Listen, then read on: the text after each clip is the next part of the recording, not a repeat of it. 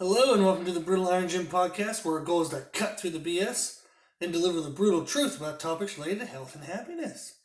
So today's topic is mindset, and we're going to be discussing dealing with the guilt of good decisions. So this is something I was talking with a friend recently, and we were talking about anxiety, and we were talking about just kind of wrestling with the effects of making choices, and specifically the negative effects of making good choices. And I was talking with them, kind of telling a little bit about my background with anxiety, and I thought it might be interesting to share with everyone the discussion we were having and some of the conclusions that we had kind of come up with.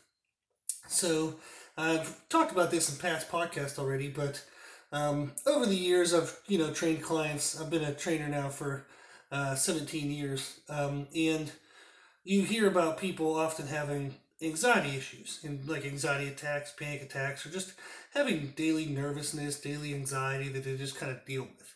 And for a long, long time, I could tell it was something that was serious, but I never had a personal experience with it until last year in 2018, the very beginning of the year.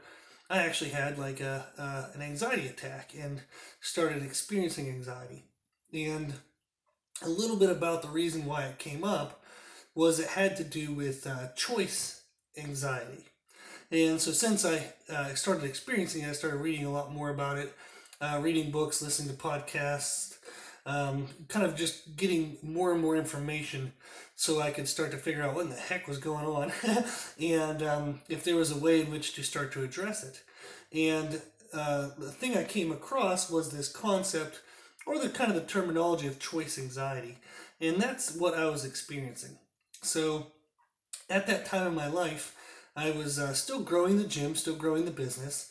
So I've been doing the gym now for 8.5 years, almost coming up on 9 years. And the gym is doing very well, so it's self-sustaining now. But it was a train wreck of trying to get that started in the first couple of years. But now the gym is doing well, but there's still, you always want to kind of like keep growing and expanding. The gym to me represents ways in which I can reach out and help other people. So that's something where you can't really decide like when is there enough people you've helped.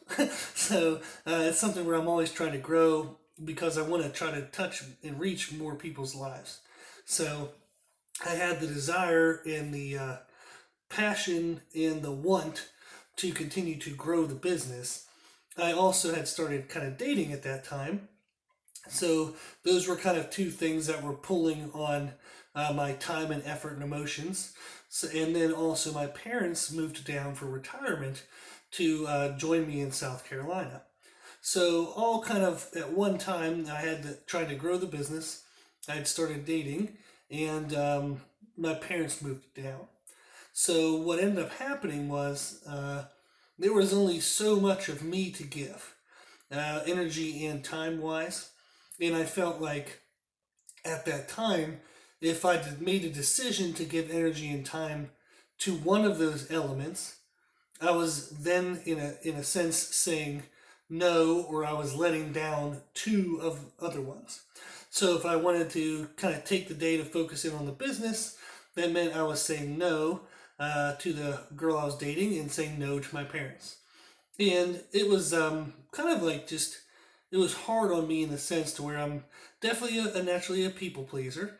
So I, especially to the people I love and the people that are in my inner circle, I don't ever want to be a negative on them, and I don't want to disappoint them. So it takes a while for me to let somebody in my inner circle because I do put a lot of pressure on myself for that person. But once they're in, they're in. So it was rough. So basically, at every decision I was making for the benefit one thing, I was letting down two other things. And that's the way I was viewing it at the time, and not even necessarily consciously aware of that. I could just feel when I made a choice that there was, this kind of like unspoken hurt by the other parties, and or I could see the negative impact in the business. So if I took a day to go do something with, like the girlfriend or the parents, you could see the financial loss or the potential loss, opportunity loss in the business. So, but then when I took time for the business, you could see the opportunity lost in the relationship development.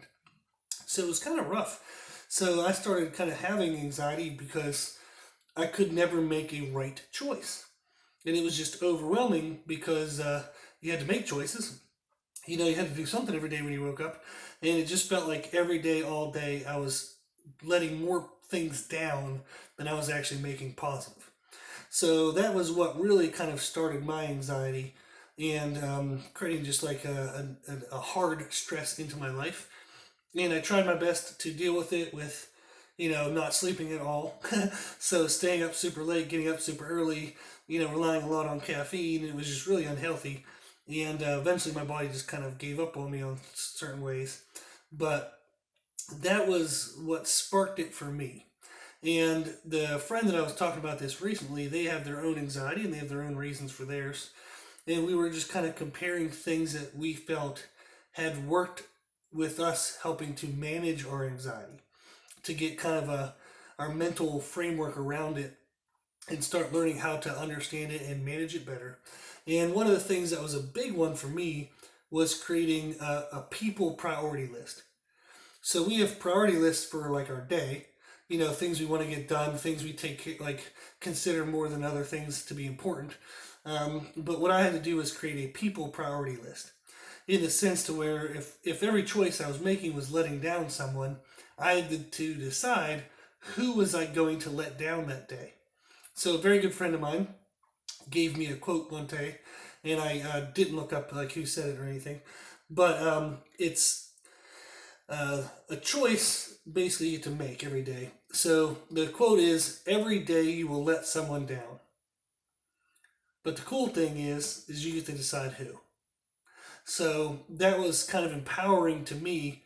Was I had the belief at the time that there was no way to avoid letting someone down. So that was what was creating anxiety and creating kind of negativity in my life. But to recognize that I had power within that, it helped give me more sense of control back. So recognizing that I had the power to, yes, I was going to disappoint someone, but every day I got to decide who. So what that meant was I had some level of control, and I started to recognize, okay, maybe on Monday I had to let down so and so. So maybe on a decision on Wednesday, I'm going to make them a higher priority, and yeah, it means I have to let down a different person. But I could kind of control and balance how often I was letting down each element. So that way, like if you had 10 decisions, you didn't accidentally let down one element 8 times in a row. So you got to kind of balance it and play a game, and that, in a sense, gave me back a sense of control. So yes, I was disappointing someone every day, but I got to decide who, and I got to create some type of balance, and it gave me more clarity over the amount of control I had when I was in a moment of thinking I had none. So for my priority list, I've mentioned also before, like I'm Christian, so I'm religious, and God would be somebody who I'd consider in my life as a priority option. So if you're not religious, I'll add you in on this here in a second. But for me, I knew God had to be first, because if I put anybody or myself in front of Him, it was not going to be. Wasn't It's just not how life is meant to be when you're a Christian. You do decide to do God's will first, and you recognize your role on earth is to serve God and to help others and share love. So for me, doing what God wanted me to do every day had to be the highest priority. And in my business, in the sense of helping other people, by being a personal trainer, being a nutritionist, by running and operating the gym, I see that as my purpose in life, the thing that is bigger than me. So that did mean that the business in helping others had to be of highest priority for me. Now, I'll get to this in a second, that helping others doesn't mean that I did that to the extent of hurting everyone else around me. I just had to recognize that God's purpose for my life, what I felt like my purpose for being alive was, that had to be the first priority. So if I were to put somebody else in front of that, then I would not live the best life that I had available to me. And eventually that would cause stress in my life. That would cause me to feel like I was missing out on things. And it would have a negative impact overall over the entire quality of my life.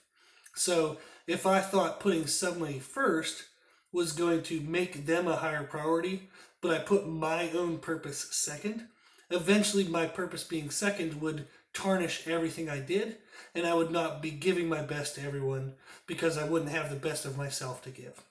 So that had to be my highest priority. And if you were not religious, you probably still have a good purpose to your life. So maybe your purpose is, being a parent. Maybe your purpose is the work that you do. Maybe your purpose is being the best friend, the best caregiver you can be to certain people. But you often, this is kind of like an opinion, so I have read a lot of books on this, and there's debate and there's different ways to look at it. But in my opinion, what has helped me in my journey has been making my life purpose be my number one priority. So the thing that you'll do even when it doesn't benefit you. So that's the thing that you have to make your highest priority. And again, the reason why is because if it isn't, you will lessen the quality of overall of what you have to give to people. So we're going to talk about this here in a second, a little bit deeper, but there's the concept of, if you haven't heard of it, it's basically thinking of yourself as a cup. Is of what you have to give the world, you can pour out of your cup and give into the world. But there has to be something to pour out. So you have to have, a liquid in there to be able to pour it out. So you have to balance replenishing your cup with pouring out your cup and putting your own purpose, your life's purpose first. Make sure that your cup will stay as full as possible. Okay? So that was what I made as my number one people priority list. For me was God. If you're non-religious, you can just make your number one priority being your life's purpose. Then, at number two, I did what would seem like an impossibility and or a flaw in thinking. So I might be making a podcast here in 6 months or a year and say I tried something that the books didn't recommend, and we'll see if I was right or wrong. But my number two is a balance of myself, my significant other, and my parents. And for me, my parents are very important to me because they gave a lot of their life to make sure that I had a good one. And I want to make sure that I honor that gift and nurture that relationship with them. So they love me more than they loved themselves. So I want to make sure that I love them back. And I've been very, very fortunate to have parents like that. I recognize that not everybody does. And because I know how rare it is, I want to make sure I don't take it for granted. So that's why I try to balance my parents as much as I would a significant other and as much as I would with myself. So the reason why I'm kind of putting all three of those as an equal. So myself is number one, is one of the three, is self. One of the three is significant other, and one of the three is my parents. Is I want to create that balance there to where I'm going to try to create a balance of giving and taking. So I know, for example, for me to replenish my cup, for me to feel my best, is I do like exercising, doing something for my physical health every day. And one of the main reasons why is because it's also mental health. So through exercise, I find mental clarity and peace. That's just been the way I've been wired since I was 15 years old when I first ever started working out. So I started when I was 15 years old doing push-ups and sit-ups because I didn't like who I was. And the act of physical exercise helped me have a sense of control over life and a sense of moving myself forward and taking ownership and ability to control and twist and manipulate life in the manner that I wanted. So exercise has always been a very strong mental health component for me. So if I know that that's important and exercise is important for me, but something comes up or maybe I have a chance to take a trip with a significant other or a trip with my parents, I'm not going to say no to that trip just because I'll miss 1 or 2 days a week of working out. So if I'm still going to get, 5 days of workouts that week, that's still pretty good. That still allows me to have my mental health. So if I have to give up 1 or 2 workouts to make sure I have the time to share the life experience with the significant other or my parents, then I'm going to make that choice. Now, would I give up working out every single day? No, because that won't allow me to fill my cup to the fullest. So anything I do that severely negatively impacts myself will eventually severely negatively impact everyone else in my life because I won't have a full cup to give. This is very, very, very important for parents to recognize. Is if you sacrifice everything in your life for your kids, you're actually not doing the best service for your kids. Number one, you're not going to have a full cup. You're not going to have your best self to give to your kids. You're going to have a worn out, tired self, a slightly depressed self. You're not going to be the best of yourself. Secondly, you're not modeling a life behavior that you would want them to repeat. So what you do, your kids will see. And as they grow up, they will either do like you or they will do the complete opposite of you. And if they see you always worn down, always stressed, and not living your best life, you're representing to them something that they should not do. So it's better for us to model a good lifestyle, model the lifestyle we want our kids to follow. So you have to be careful as a parent. If you think I always put my kids first, that might not be actually the best thing. Because in a sense, like I said, if you're always giving of yourself, you're not filling your cup, you're not giving your best to your kids, you're giving whatever the hell is left over, which is not good. And then you're not modeling a behavior that you would want them to have for life. So we have to find that balance of give and take. So one of the things I found for myself is to kind of think through what is the best for me in filling my cup. What are some things that I can give away here and there and still have a full cup? So like I said, if I like to work out every day, but something comes up that week where I miss 2 workouts, I can still have a full cup at 5 workouts a week. I just like 7. So I've learned to recognize, okay, well, if something comes up and it would negatively impact my significant other or my parents if I didn't give up this workout, then I know, okay, well, as long as I still have 4 or 5 workouts, I can still have a full cup. I can give up this workout. Now, I'm giving the example of workouts, but you think about whatever it is for you that helps you fill your cup. So maybe you like having time to read. Maybe you like having time to get up every morning before everybody else and kind of taking time to meditate. So, or go for a walk. Whatever it might be that you do to replenish your soul, to refill your cup. You have to find, okay, what is the amount that I like to do of that? And then what is the minimal amount? And you have to make sure you balance not giving up too much of that thing, that replenishing thing, to where you get below your minimum too long, because that starts to drain your cup. So what I found was finding that balance between the things that are most important to me, which is myself, my significant other, and my parents. So that means that everyone else, I apologize because that includes 99.99999% of the people listening to this podcast, is it does not include you guys. So sorry to say that. So I found that if I tried to include more, so I wanted to get this thing done and that thing done, but it meant that I wasn't going to spend time with my parents. Well, that wasn't going to be the best. So often those other things can be done in a different balance, but I know that the most important to me is myself, my significant other, and my parents. So when you make your list for your life, I'm well aware I won't be on it. So I know I am special and I am pretty awesome, but I probably won't make your top list. So, but this is something you want to think to yourself is, who in my life shows me love the most? and it's probably a good idea to give some love back to that person.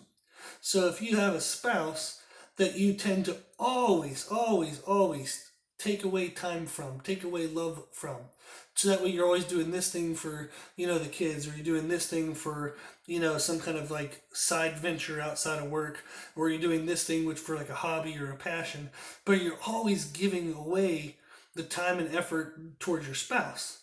That's not necessarily the best thing. You want to nurture your friendship, nurture your relationship with your spouse.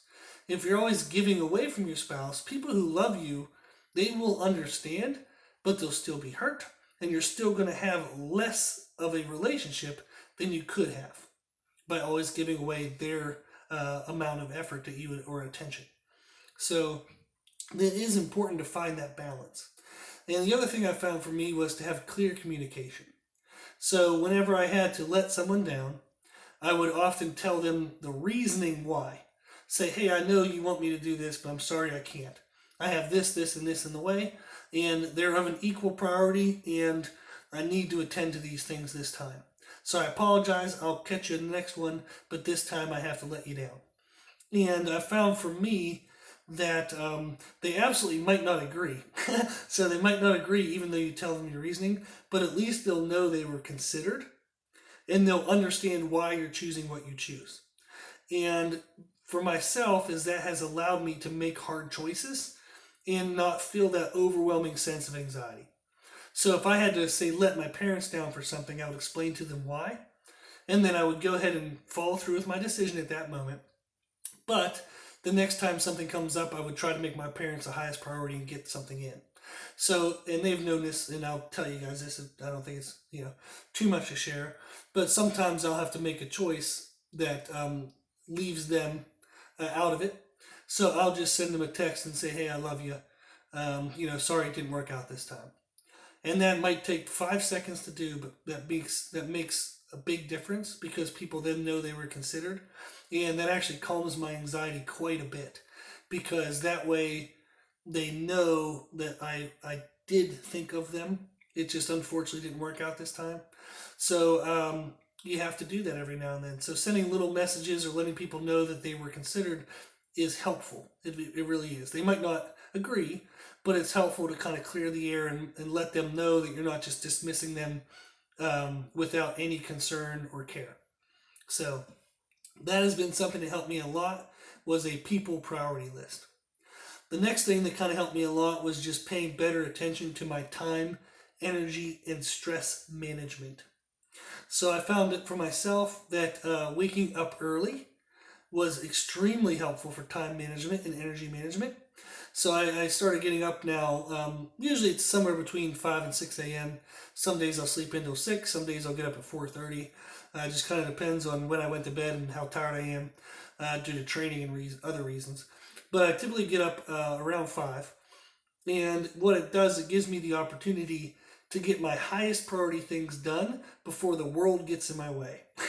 So I get text and emails all day on my phone from clients, which is awesome. And that's what my business is. But sometimes if I have a high priority for me, which would be maybe getting these podcasts done, but I wait until kind of midday, all of a sudden there's some crisis and stuff that comes up. Somebody's having a mental breakdown. Somebody's, having like a small injury or a tweak or an annoyance. Maybe something comes up with the business, like one of the toilets is leaking or something like that. And all of a sudden life in the world just gets in the way. And then you have the overwhelm, like the kind of the looming stress of the fact that your big priority thing didn't get done yet. And all of a sudden you have to now start playing that game all day throughout the day going, well, I might have 15 minutes here. Oh, crap, that got taken away. Maybe I'll have 30 minutes later on. Oh, crap, that got taken away. And you're just constantly feeling the pressure of getting that thing done. So what I like to do now is I get up in the morning and I get everything that I think is my biggest priorities done right away. So the first thing I typically do is my podcast. And the reason why is because this is fulfilling God's purpose for me in life. So this is fulfilling one of the things of giving back to other people and giving back of the gifts that God gave me.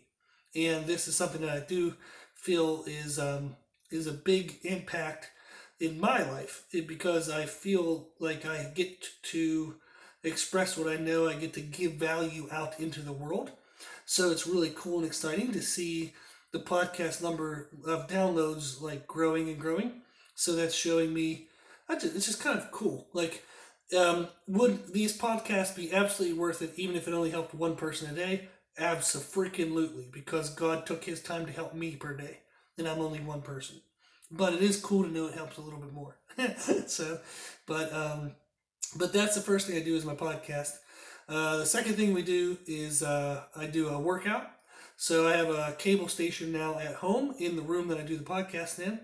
And I do like a quick 10, 15, or 20-minute workout. And it's my self-therapy. It's my physical health, my mental health, even emotional health when you fix mental health stuff. So even if I don't get a big workout in later at the gym, I at least got something in that day. So this really helps me kind of handle a crazier day. So if something comes up and I had like an hour workout planned where I was going to do some big bench press stuff, but all of a sudden it didn't happen, well, I won't be that distraught. I won't feel like I lost the thing that filled my cup that day because I already got my 10 or 15 or 20-minute workout in earlier in the day. So those are the two big things I get done every morning that help me feel quote unquote ahead of the game for the day. And it really, really eases my stress throughout the day because you don't have that pressure on you all day to get that stuff done. So that's a big thing. And that came down to a choice. So how did I get up early? I've never been a morning person. I'm still not a morning person. I could go lay down and sleep for the next 4 hours and not have any problems doing that. So it came down to a choice. I'd rather be tired and lower anxiety and lower stress than be slightly less tired but be stressed all day. So everyone who is not a morning person knows what I'm about to say. Is if I set my alarm at 6, and that would get me up in time to get breakfast, to have a nice calm start to my day. But I'm like, you know what, I can sleep till 6:30, get 30 extra minutes of sleep. Now, it will make my morning chaotic, I might miss breakfast, and then all of a sudden I have a little bit of stress and anxiety. Well, did those 30 extra minutes of sleep actually fix you being tired? Bullshit, no they did not. Okay, there might be the one miracle morning where that 30 minutes help you cross the line and you're like, wow, that actually was really kind of necessary. And those days do come up. So I'd say once every 2 weeks, maybe I'll sleep in a little bit longer than 6 o'clock. And maybe it was after a really big workout, maybe it was after a really stressful day or traveling or something like that. So there are times where some extra sleep is necessary, but it's not an everyday thing. You don't need it every day. And I'm a firm believer that if you wake up with a purpose, and if you wake up saying, you know what, I might be tired, but these things I'm about to do are more important than me, and I know that they're necessary to keep me healthy and happy mentally, that gets me up out of bed. So you have to make the choice. You can be tired, but get up early, get shit done, and feel less stressed throughout the day. Or you can be just slightly less tired, but be stressed and anxiety all day by waking up too late. So it came down to a choice. I'm not going to say it was an easy choice. I'm 35 years old. It took me 35 years to make this damn choice. I wish I would have made it when I was 25 or 15. But I've made the choice now, and it's going extremely well, and I'm definitely keeping this for the rest of my life. It's helped enormously towards my anxiety and stress. So the other thing I started doing is paying more attention to my food throughout the day. So I've always eaten well, but sometimes I'll kind of, put a meal off an hour and a half or 2 hours trying to get something done. And I've noticed that those breaks in time show up later in the day. So if I don't eat enough in the morning and I try to make it up middle of the day, I still have a deficit, and then all of a sudden in the afternoon I'm really tired. Whereas if I keep my food intake appropriate throughout the entire day, I tend to have a better sustainable energy throughout the day. So that's been a big thing for me. And then the other thing was mental management. And that came down to kind of embracing the mindset of addressing it or accepting it.